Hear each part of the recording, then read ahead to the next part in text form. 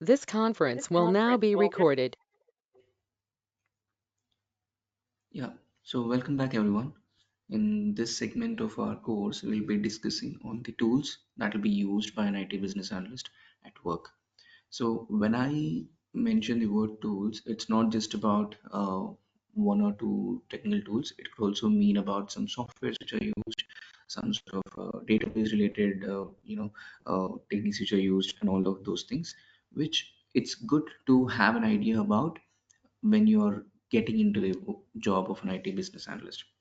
Okay, I've tried to split the list of tools into major sections so that we can have an idea on which type of tools are used in which type of work that we need to do. Okay, so the very first section is the requirements related tools, means those tools which can be used for your requirements elicitation, documentation, and things like that. So here I have mentioned two major things. One is the MS Office Suite. The second one is Jira. So what comes under MS Office Suite is all your Microsoft related tools like your PPT, your document, your Excel, and all of those things. So depending on the type of project, depending on the type of requirements that you're gathering, the sort of Microsoft tools that you use would be different. For example, if I'm talking about some data related tools, then maybe MS Excel would be very beneficial. If I'm in a session with the stakeholders and discussing about the pros and cons of a particular uh, feature or a functionality, then maybe using a PPT, your PowerPoint presentation, would be a better option. Or if you're just documenting all the requirements which are supposed to be provided for some sort of approval, then your MS Word becomes the best option. So things like that. So most of us would already be aware of all of these tools.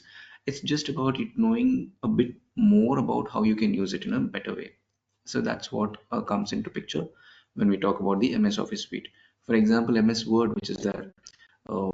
If you have to really prepare a functional requirement specifications or a business requirement document, so there are some really amazing features which can be used within Word document, which can help in organizing all the requirements into different sections, having the table of contents, and using the right presentation, the alignment of the text, the font size. All of those things can be uh, aligned properly with minimal efforts.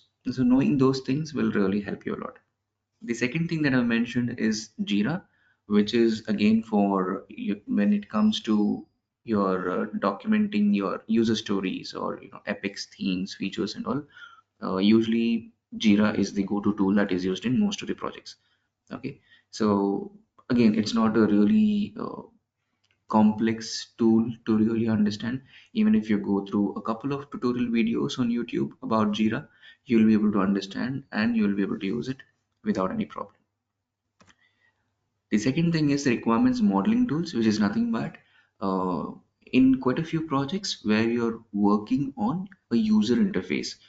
It could be a mobile app, it could be a website, it could be a dashboard or a portal or anything which has the end user is making use of a screen and either entering the inputs or receiving the output.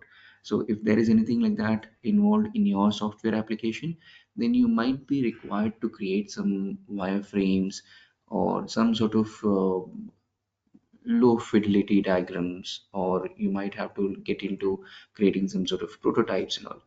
So there are certain tools again which can be used to do this. So MS Visio is one, Balsamic is one, VisitChat is one, Adobe XD, Draw.io, Pencil, Sketch. There are a lot more like that, and maybe there could be some latest tools out there in the market which are much better than what have been mentioned here. So this is not a suggestion of these tools; it is just to give you an idea that these are the probable tools which could be used in quite a few projects. And again, once you get into a project, you might come across the team, specifically your UI UX team using some different tools, but more or less the functionality of most of these tools will be more or less similar. Like if you know one or two, then you will be able to use the other rest of the tools also easily. For example, in one of our previous projects, they were using Figma. That is again another tool which can be used to create these the screens, mobile app screens or website screens and all. And that was a functionality that was being used for. So all of these things come into your requirements modeling tools when you are looking at the visual representation of the information that has been captured. And then comes the collaboration tools, which is nothing but the tools which are used in order to be on this have this alignment or be on the same page with the entire team. Like you understand some requirements. Now how do you make sure that those requirements are also being implemented the same way? So you share this information on a shared platform, something like Jira, or it could be like a Trello or a Visual Studio. Trello. So these are the tools which can be used to capture the requirements, focus on the approval process, and the release mechanism which is used in the project, that can be used. That can be part of this tools. So this is more for being aligned with the team on the project development, testing, release, support process, and all those things. So again, some bugs are supposed to be raised, some production issues are to be looked into, some sort of categorization of requirements have to be done. All of those things are usually done using these collaboration tools, which will again be used by your fellow developers, testers, support team, your UI UX staff, etc. So it will be like helping in having this common understanding of the project requirements. Then you have the data visualization tools. So here again, this is specific to certain projects where you're working on creating some sort of dashboards which can be used to present the data in a easy to understand format. Maybe instead of presenting it in a format of tables, columns, rows, and all, rather you're creating some visual representation, maybe some pie charts or some bar graphs or some heat maps, etc.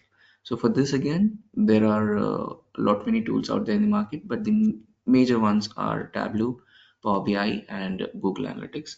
So again, you don't have to really spend a lot of efforts or money and all to learn these things.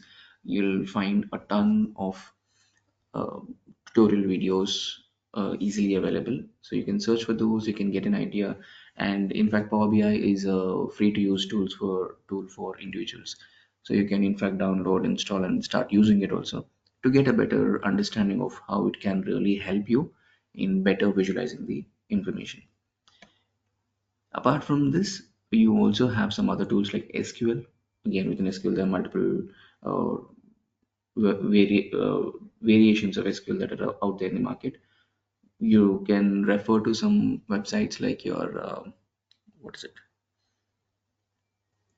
I am not able to recall, but there are again a lot of websites out there which can be used in order to learn about SQL. So you don't have to again get into the deep understanding of triggers, procedures, and all of those things. If you know how to pull out the information from a given database using some common SQL commands and be able to write those statements, that should serve the purpose from a BA perspective. And then there are some other tools like Visual Paradigm and a lot other tools are there. So this list is again not a comprehensive list. Okay, it's not an exhaustive list which talks about every other tool that is used by the business analyst. It is just to give you an idea like what are the different type of tools that could be used in the projects for project delivery, and which are those which will be really helpful from a BA perspective. And again, you don't really have to be concerned if you're not aware of any of these tools, because as I said, you just give it a try. Just search it online on YouTube videos and all. You'll get enough information, and once you get into the project, it's more like learning on the go. You'll get to understand those tools better, and then you'll be able to use it in a much more efficient manner. So this is all about the tools which are generally used by the IT business analyst. I hope things are clear. Okay, we'll meet again in the next segment. Thanks everyone.